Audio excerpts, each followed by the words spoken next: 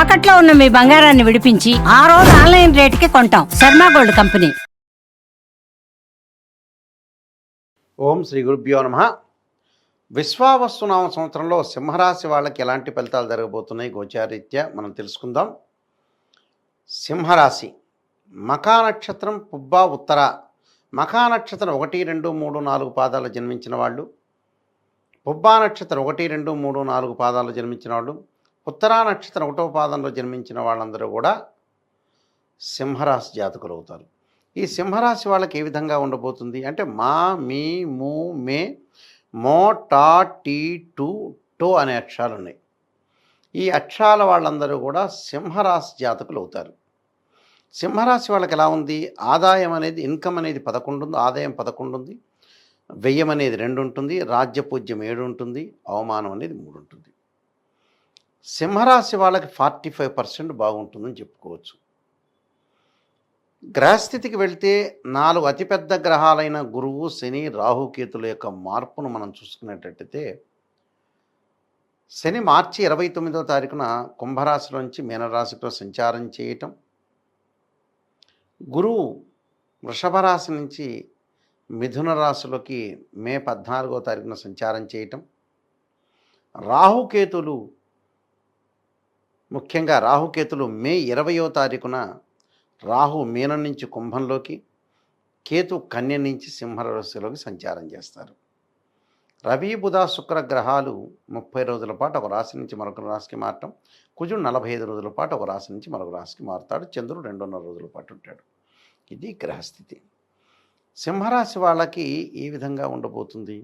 ఇక్కడ గురువు కూడా మళ్ళీ మారుతాడు. ఎప్పుడు మారుతాడంటే మనకి ముఖ్యంగా అక్టోబర్ 20వ తారీఖున మిథునం నుంచి కర్కాటకంలోకి మారటం, డిసెంబర్ 7వ తారీఖున కర్కాటకం నుంచి మళ్ళీ మిథున రాశిలోకి మారిపోతాడు. ఈ రాశి వాళ్ళకి, సింహరాశి వాళ్ళకి ఏ విధంగా ఉండబోతుంది అనంటే, సప్తమంలో రాహు, అష్టమంలో శని, అలానే ఏకాదశ స్థానంలో గురు యొక్క బలం, జన్మంలో కేతువు. ఇది గ్రహస్థితి విశ్వావసునామ సంవత్సరంలో. మరి ఫలితాల విషయానికి మనం ముందుగా వెళ్తే, నాయకంటి గారు 45% బాగుందని చెప్పారు. మరి ఈ సింహరాశి వాళ్ళకి గురువు యొక్క బలం అనేది బాగా ఎక్కువ ఉంది. గురువు వల్ల ఈ సంవత్సరం అంతా కూడా ఆదాయం బాగా ఉండటం, వృత్తి, ఉద్యోగ, వ్యాపార రంగంలో ఉన్న ప్రతి వాళ్ళకి కూడా అనుకూలంగా ఉంటుంది. నూతన వ్యాపారాలు చేయొచ్చు, న్యూ బిజినెస్ చేయొచ్చు, పార్ట్నర్షిప్ అంటే జాయింట్ దారులను కూడా కలుపుకొని వెళ్ళచ్చు. అలానే పార్ట్నర్షిప్ కూడా అనుకూలంగా ఉంటుంది. అలానే వీళ్ళ యొక్క అసెట్స్ ఏవైతే ఉంటే ఆస్తుల యొక్క విలువ పెరగటం, గత సంవత్సరం కంటే ఈ సంవత్సరం అంతా సానుకూలంగా ఉండటం, అలానే రుణాలు లభించే అవకాశాలు ఎక్కువ ఉండటం, బ్యాంకు లోన్లు, కుటుంబంలో ఏ లోటు లేకుండా కూడా జీవనం అనేది సాగిస్తూ ఉంటారు. భూమి, బంగారము, వ్యవసాయము, గృహము, అద్దెల ద్వారా ధనం సంపాదించడం, స్నేహ బాంధవ్యానికి కూడా కొంత డబ్బులు ఖర్చు పెట్టే అవకాశాలు ఉంటాయి. అనుకున్న పనులన్నీ కూడా సకాలంగా చేస్తారు. అయితే పలుకుబడి బాగా పెరుగుతుంటుంది. కొన్ని విషయాల్లో కొన్ని తారుమారు జరిగే అవకాశాలు ఎక్కువగా ఉంటాయి. కాబట్టి తీసుకున్న నిర్ణయాలు కూడా ప్రణాళికాబద్ధంగా ఉంటాయి.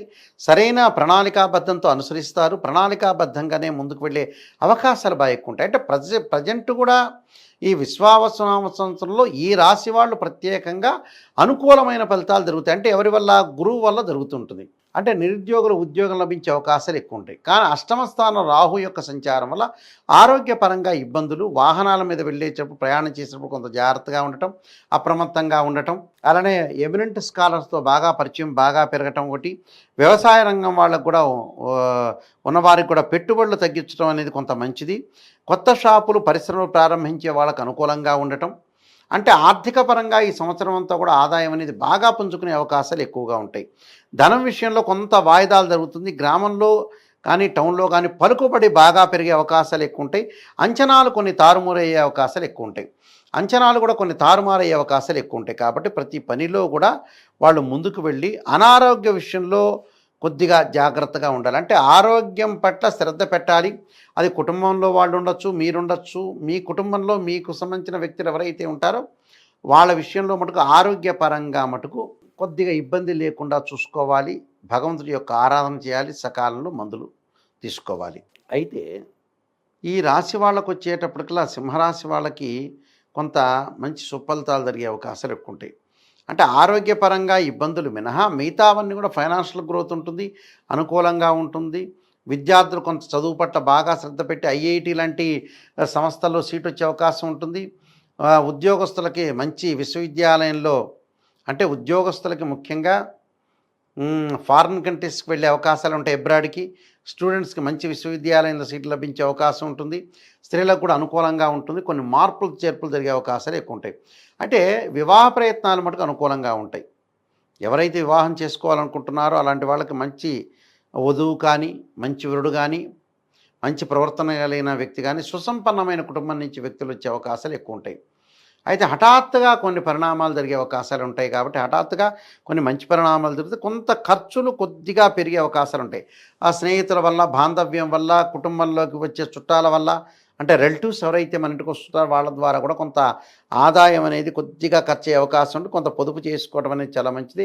వీళ్ళు పేరు ప్రఖ్యాతులు పొందే అవకాశాలు ఉంటాయి. ప్రయాణాల వల్ల కూడా కొన్ని లాభాలు పొందే అవకాశాలు ఎక్కువ ఉంటాయి. అంటే ఇవన్నీ కూడా వాళ్ళకి జరుగుతాయని అర్థం. అంటే ఇబ్బందికరమైన వాతావరణం అనేది ఏమీ లేదు వీళ్ళకి.